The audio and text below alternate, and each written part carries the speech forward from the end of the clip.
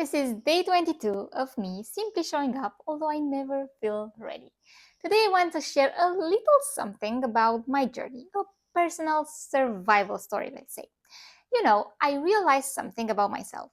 I don't create because it's trendy, I create because I really need it.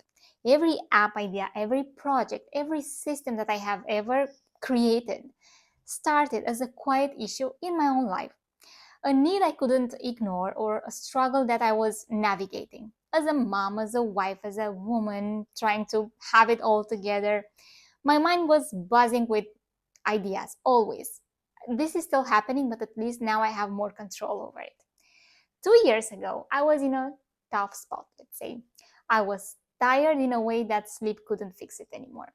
I was overwhelmed by everything and nothing in the same time. I had lost confidence. I was feeling behind as a mom, as a wife, as a woman, behind in my own story. I was giving and giving and giving from an empty cup. So back then, I didn't start a business. I started something for myself. I started this self love journal.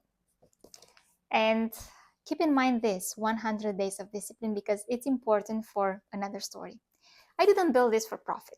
I didn't build it for going viral, not to impress anyone. I created it because I needed guidance back to my true self. I didn't crave motivation, I craved structure. So I designed this journey one day at a time. It's like a story, with manageable lessons, with small tasks that reminded me I still had control. Some days focused on self love, some days were just about setting boundaries, and some days were just about surviving without giving up on myself. Slowly, I started to feel a shift. I learned that you can pour from an empty cup, but more importantly, I realized that no one teaches you how to refill that cup. So, this is how I learned how to choose myself daily, even when it felt like a struggle. This journal really changed my life, really helped me in ways that I could not even describe. Once I changed, everything around me started to change as well. Now, let's be real about the business. Was it a good venture? Not really. I struggled with marketing. I didn't know how to talk about my journal. I didn't know how to sell it.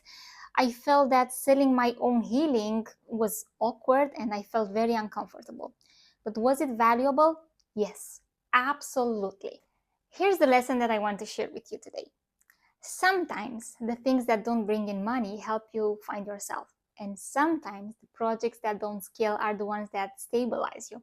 And sometimes, not that you fail in business, but you simply build something that isn't meant for that reason. And to be honest, I thought that if this journal saved me, it will save a lot of other women, and for sure it will bring me a lot of money. Well, it didn't happen. Even if it didn't happen, right now I see this as a very important lesson, and I still see it as a win because it saved me. It was an important step towards the journey that I am in right now with Vibe Code Mom.